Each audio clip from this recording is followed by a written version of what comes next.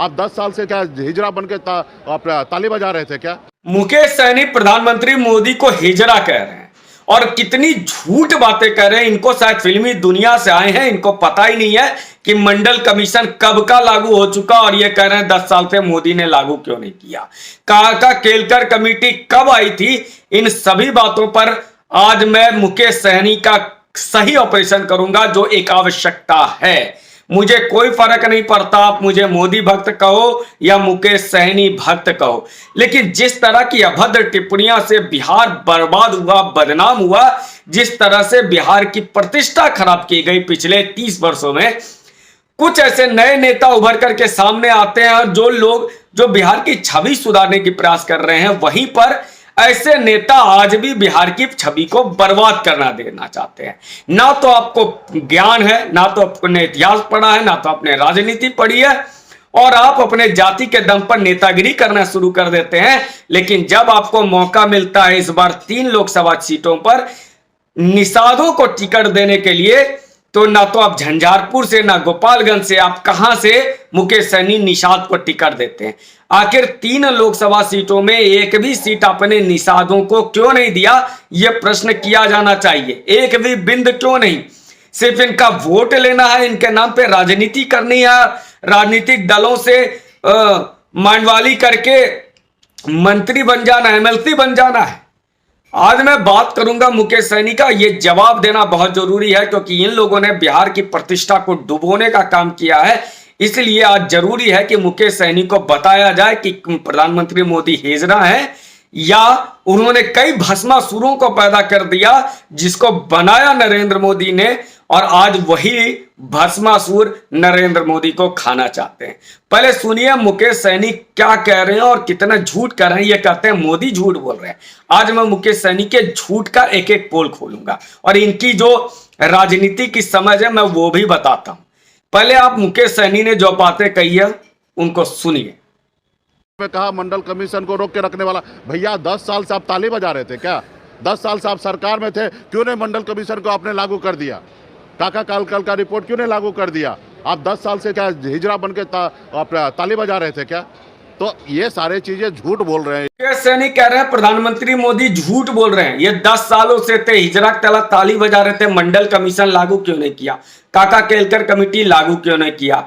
अरे मुकेश सहनी जी, काका केलकर कमेटी 1955 में आ गया था उनका रिकमेंडेशन, सिफारिशें, और 1961 में कहा गया था जातीय जनगणना कराओ। लेकिन जिनके आगे पीछे आजकल आप डोल रहे हैं, उन्हें राहुल गांधी जी के दादी के पिता यानी जवाहरलाल नेहरू जी ने काका केलकर की कमेटी की रिपोर्ट को उठा करके कूड़े में डाल दिया था।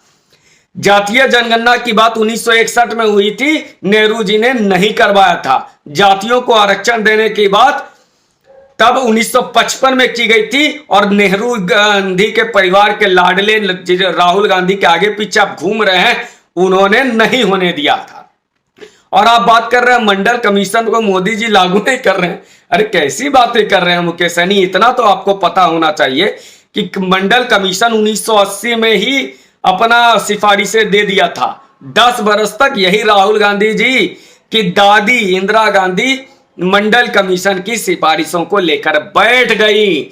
10 साल तक किसी भी अति पिछड़ी जातियों को आरक्षण नहीं दिया।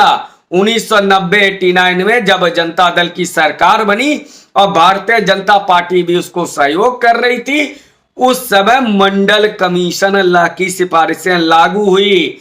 और ये जो झूठ बोल रहे हैं आरक्षण और ये वो लालू यादव, तेजस्वी यादव को भी ज्यादा पढ़ाई लिखाई का मुझे पता नहीं है, वो कहां तक पढ़े लिखे हैं नहीं है, लेकिन इनको भी नहीं पता है। जब अपने पिताजी से पूछ लीजिएगा कि जब मंडल कमीशन के सिफारिशों को बीपी सिंह लागू कर रहे थे, आपके पिताजी संघर्ष कर रहे थे, नेता बनने की तैयारी कर रहे थे, तब राहुल गांधी जिसके आगे पीछे घूम रहे हैं, जिनको प्रधानमंत्री बनाने का आप लोग ख्वाब देख रहे हैं, इन्हीं राहुल गांधी के पिताजी राजीव गांधी मंडल कमीशन का विरोध कर रहे थे। इंदिरा गांधी विरोध कर रही थी, राजीव गांधी विरोध कर रहे थे।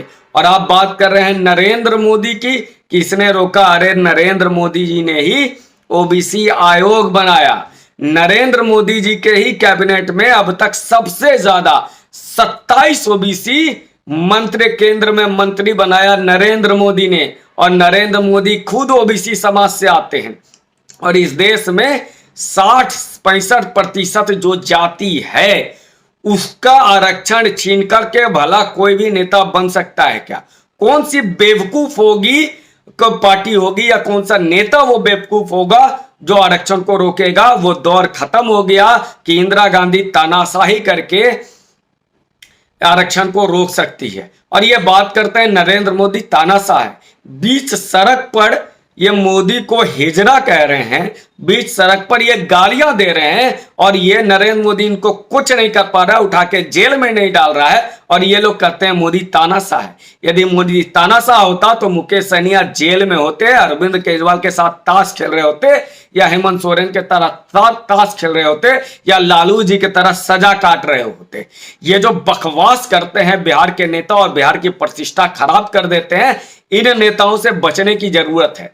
ये जाति के नाम पर तो आते हैं राजनीति करने के लिए, लेकिन ना बिंद, ना केवट, ना निषाद, ना मल्लाह, एक भी इन जातियों के नेता को टिकट नहीं देते हैं लोकसभा चुनाव में। क्या कारण है? 3 सीटें मुकेश सहनी चुनाव लड़ रहे हैं, क्यों नहीं दे दिए थे आप अपनी पार्टी को? आरक्षण की बात करते हैं ना, हमारी पार्टी हमारे जाति को आरक्षण दो। अरे 3 में 1 सीट का ही दे दिए होते अपनी जाति को।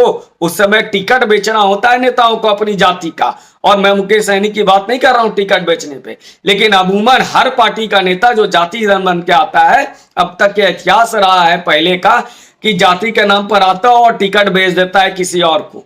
ये एक आरोप लगता रहा है राजनीति में। तो मुकेश सहनी जी, इन आरोपों का पर मुझे नहीं लगता कि आपने ऐसा कुछ किया होगा, लेकिन आपको जवाब देना चाहिए। और जब महिलाएं सुबह में शौच के लिए सड़क के किनारे बैठती थी ना मुकेश सहनी जी, जब शौच करने के लिए जाती थी और लोग सड़क से कोई मर्द जा रहा होता था ना, तो महिलाएं एक एक करके उठ जाती थी, और वो महिलाएं निचली जाति की ही ज्यादा होती थी। उन महिलाओं का इज्जत ढांकने का काम नरेंद्र मोदी ने किया। वो महिलाएं पिछड़ी जातियों की होती थी जिनको शौचालय दिया गया, वरना सड़क पे महिलाएं जा रही थी। अब तक किसी बेशरम, किसी भी पिछड़ी जाति के नेताओं को एक बार शर्म नहीं आई कि इन महिलाओं के लिए कुछ किया जाए। अपने बेटी बहू को सांसद और विधायक बनाते हो, मंत्री बनाते हो, अपने बच्चों को बनाते हो, एक बार शर्म नहीं आई उन महिलाओं पर जो सड़क पर शौच करने जाती थी? वो महिलाएं जो चूल्हा फूकती थी, उनको गैस सिलेंडर देने का काम नरेंद्र मोदी सरकार ने किया। मुझे नरेंद्र मोदी का प्रवक्ता ही नहीं करना है, लेकिन जो बातें महिला को लेकर के है, जो बातें पिछड़ी जातियों की महिलाओं को लेकर के, उस पर मैं कहूंगा, क्योंकि मैंने खुद भी पिछड़ी जातियों के लिए बहुत काम किया है अपने जीवन में, और उनका संघर्ष मैंने देखा है। इसलिए ये मत कहना और ये कहोगे कि मैं अगरी जाति का हूं, तो वीपी सिंह भी ठाकुर थे, अगरी जाति के थे, जिन्होंने आरक्षण दिया था। बाबा साहब अंबेडकर को भी एक राजा ने पढ़ाया था, पढ़ने के लिए स्टाइफन दिया था, पैसे दिए थे, तब बाबा साहब अंबेडकर पढ़े थे। इसलिए जाति भ्रम फैलाना बंद करो, सच्चाई को समझो, और जिन लोगों ने आरक्षण को रोका वर्षों तक, उनका साथ देना बंद करो। अपनी राजनीतिक दुकानें बंद करो अपनी जातियों के नाम पर, वरना 3 में से 1 सीट भी आप अपनी जाति को दे दिए होते। एक व्यक्ति यदि हिजड़ा है और वह तानाशाह भी है, यह कैसे हो सकता है? और दूसरी चीज, महिलाओं को बीमा दिया गया, महिलाओं के घर जल पहुंचाया गया। यह काम आपको दिखता नहीं है मुकेश सहनी जी? दरभंगा में एयरपोर्ट बन गया, और अगर आपके जिसके आगे पीछे आप घूमते हैं तेजस्वी यादव के, उन तेजस्वी यादव की सरकार ने अगर पिछले 17 महीने में नहीं रोका होता तो दरभंगा में एम्स भी बन गया होता।